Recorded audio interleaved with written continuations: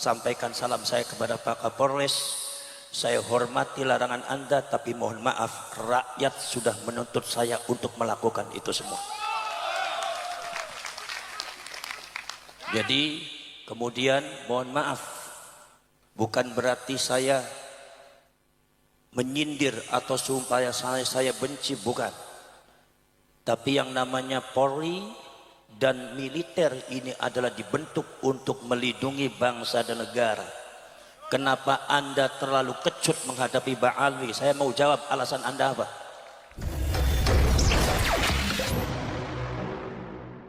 Barusan saya dapat kabar dari seseorang bahwasannya di acara ini tidak boleh membahas nasab.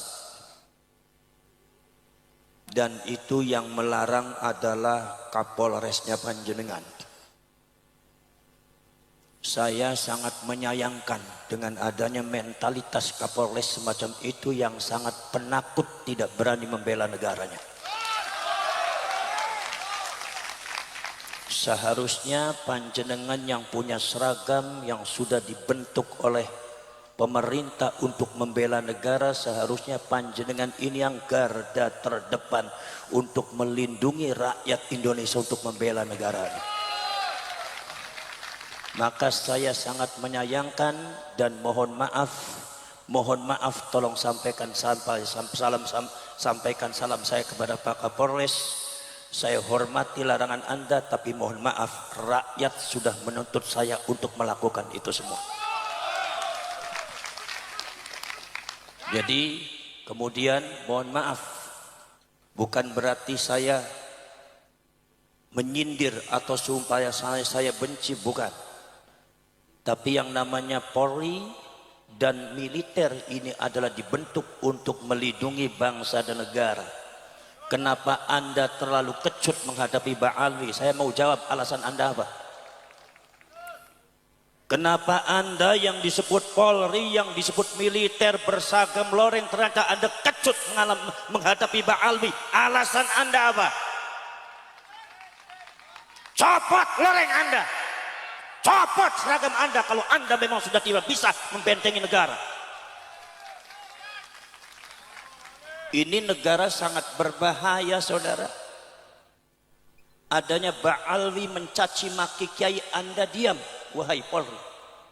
Sampai kemarin itu Gus Yusuf digoblok-goblok, nggak ada tindakan dari Polri, tidak ada yang melarang itu.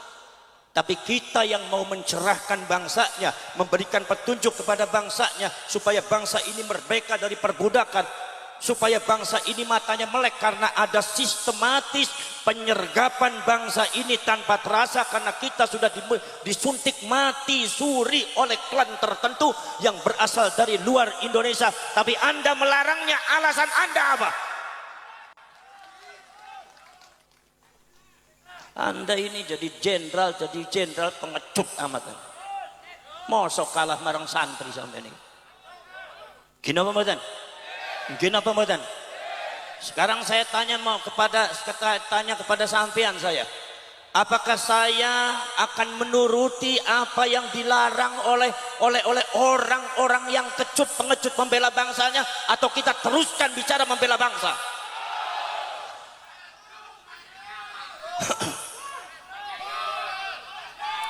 Kita tidak untuk perang, kita tidak untuk membenci, tetapi ini bangsa sudah diinjak-injak, ini negara sudah diinjak-injak, dan ini bukan hoax, ini bukan fitnah. Kalau mereka mengatakan menfitnah, itu adalah kelicikan mereka. Ini bukan mengadu domba, tapi dalam rangka menyelamatkan bangsa dan rakyatnya. Kalau mereka mengatakan mengadu domba, itu diantara kelicikan mereka menghadapi pribumi. Enggak boleh seperti itu, saudara. Ini subhanallah, bangsa ini sudah dibiarkan terlalu lama.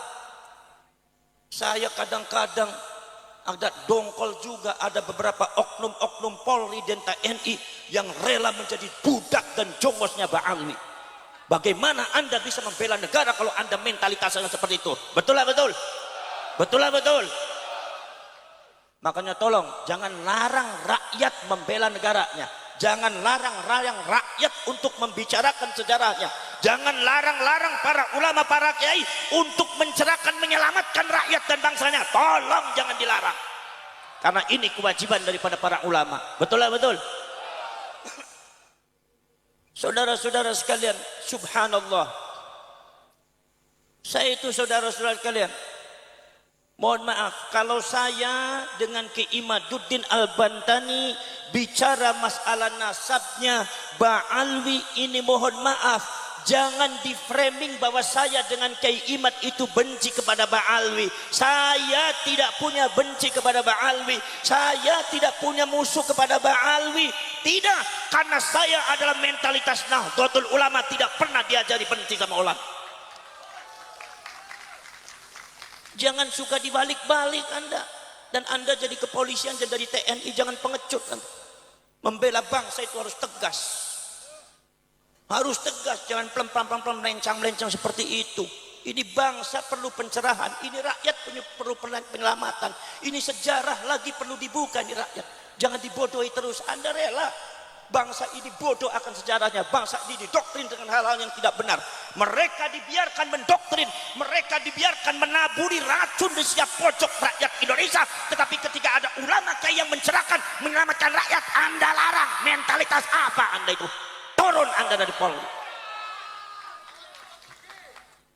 Jangan sangka Anda itu punya seragam, kemudian kita juga tidak berani menghadapi Anda.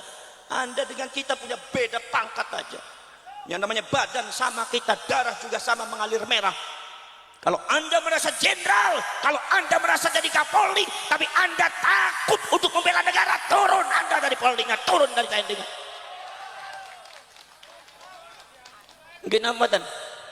Mungkin amatan. Mohon maaf saudara, ini masalah bangsa bukan hoax. Ini masalah sudah bahaya. Ada penyerbakan sistematis yang dilakukan oleh klan Ba'alwi untuk menguasai Indonesia. Ini bukan hoax, datanya real ada. Dan rakyat harus tahu, dan rakyat harus bergerak, dan rakyat harus membela bangsanya, dan rakyat harus melek semua, rakyat harus bangun semua. Karena ini adalah bangsa-bangsa kita, negara-negara kita, sejarah leluhur kita yang dibangun dengan darah, yang dibangun dengan nyawa. Tidak mungkin dipecundangi oleh orang-orang yang tidak benar. Betul lah betul? Betul lah betul? Masya Allah, para syekh, para sedulur. Lihat saudara-saudara sekalian, akidah daripada rakyat Indonesia itu sudah didoktrin dengan hal-hal yang tidak benar. Akidah Ahlus Sunnah wal Jamaah yang ditanamkan oleh ulama-ulama Ahlus Sunnah wal Jamaah, yang ditanamkan oleh ulama-ulama NU, yang ditanamkan oleh Wali Songo semenjak dulu, sejak abad ke-13 sampai abad ke-19, ditanamkan dengan bersusah payah, mengorbankan nyawa, mengorbankan darah, mengorbankan segalanya, dihancurkan oleh klan Ba'alwi dengan racun-racunnya tidak benar. Akidahnya banyak yang hancur. Anda sebagai kiai jangan diam. Kadang-kadang ono kok kiai ning Jawa Timur sing ambivalen ngadepi Ba'alwi be ora wani. Wis ora usah dadi kiai meneh wae. Pantesan ning bojo be ora wani lawan Ba'alwi ora wani. Biasanya kayak model kayak kue, biasanya yang kotor ngoten bojone mung siji ati wedian. Gak waneh. Iku para sedulur, akidah ini hancur Kiai. Bagaimana mungkin tidak hancur? Kalian buka kitabnya secara nyata. Saya dengan Ki Imad, saya dengan Ki Imad dan para ulama, para kiai yang sadar akan itu semua. Dibuka manuskripnya, dibuka datanya dan kitab-kitabnya. Dan Anda sekarang sudah tahu semua diterapkan di Indonesia, menghancurkan akidah. Bagaimana saudara-saudara sekalian? Ada seorang doktrin Oknum Habib. Saya bicara Oknum Habib, artinya bukan Habib semuanya. Jadi ente Habib yang benar, gak usah tersinggung. Kalau ente ikut tersinggung berarti ente sama-sama gak benar. Kenapa? Saudara-saudara sekalian, di framing apa? Katanya ada seorang Habib bisa mengatur takdir Allah. Ada katanya seorang Habib yang bisa mengatur orang masuk surga. Bahwasanya Allah kalau seandainya mau memasukkan surga kepada seseorang, izin dulu sama Habib ini. Berarti artinya otoritas Habib ini lebih besar daripada Allah. Berarti pemilik surga ini Habib bukan Allah. Berarti makom kedudukan derajat Allah di bawah Habib. Ini adalah pengrusakan akidah yang segera harus diberesi. Dan ini dari kalangan Ba'alwi. Ini dari Ba'alwi nih. Saya harus mengatakan dari Ba'alwi. Kenapa? Wong nyatanya dari Ba'alwi. Kalau seumpama saya bilang itu bukan dari Ba'alwi, nyatanya dari Ba'alwi, bohong saya namanya. Dan rakyat harus tahu dan kalian harus melek. Betul ya betul? Poros cerek poros setulus tepawan. Rusak ini akidahnya, rusak saudara. Masya Allah. Ada katanya seorang Habib yang bisa mengatur takdir Allah. Ada katanya seorang Habib yang bisa mengatur malaikat. Al-Imam Abu Abdullah Muhammad bin Ismail Al-Bukhari di dalam kitab Sahihul Bukhari meriwayatkan Kanjeng Nabi pada waktu di akhirat nanti, Kanjeng Nabi mengatakan nanti di akhirat itu malaikat Malik berkata sama saya, ya Rasulullah, itu ada umatmu satu orang ada di neraka. Rasulullah menangis kaget. Kata Rasulullah mengatakan, ya Malik, tolong keluarkan umat saya dari neraka. Tolong keluarkan umat saya dari neraka. Rasulullah sampai menangis. Minta sama Imam Malik supaya Imam Malik mengeluarkan umatnya Rasulullah dari api neraka. Apa jawabnya Imam Malik? Kata Imam Malik, ya Rasulullah, kalau itu perintahnya panjenengan, mohon maaf masih belum bisa dilakukan. Karena kami adalah bangsa-bangsa yang diciptakan oleh Allah, yaf'aluna ma yu'marun, melakukan sesuatu apabila diperintahkan oleh Allah, kecuali kalau Allah yang memerintahkan maka akan aku lakukan. Tapi kalau hanya engkau yang memerintahkan, mohon maaf ya Rasulullah, belum bisa aku laksanakan. Rasulullah afdalul anbiya'i wal mursalin, Rasulullah sayyidul anbiya'i wal mursalin wa afdalul makhluqat alal itlaq, makhluk yang paling mulia kedudukan derajat tadi di depan Allah. Itu malaikat Malik diperintah oleh Rasulullah. Rasulullah memerintah malaikat Malik. Malaikat Maliknya jawabnya, mohon maaf ya Rasulullah, kalau itu perintahnya panjenengan masih belum bisa dilakukan. Rasulullah saja tidak bisa ngatur malaikat. Ini katanya ada oknum Habib bisa ngatur malaikat. Berarti artinya ada kedua seseorang yang kedudukannya di atas Rasulullah, yaitu para Habib. Ini sesat saudara sesat. Ini kadang-kadang yang jadi orang Madura main telan-telan aja orang Madura. Tahu Habibnya kayak gitu, telan aja. Jadi hilang ente kemaduraannya itu. Betul lah betul. Betul lah betul. Muhammad napa mboten? Gak apa-apa Muhammad. Wong aku nang kene gurung dipai maemnya Muhammad kok.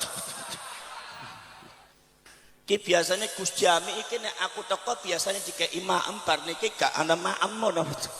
Kok aku jabur terus kayak kowe itu ini gak eman gak sayang marang kiyaine ki wong Jawa Timur ya. Ini sesat dan saya harus katakan, wahai orang NU, wahai rakyat Indonesia seluruh Sabang sampai Merauke, ini adalah penyesatan akidah semua benar. Nek aku orang ngomong salah Gusti Allah bentuning aku. Daripada aku dibentoni pada Gusti Allah, lebih baik aku kelut pada Kapolres pada Batan Rambil. Faham? Faham namanya? Lagi para sahabat subhanallah, ini sudah enggak benar.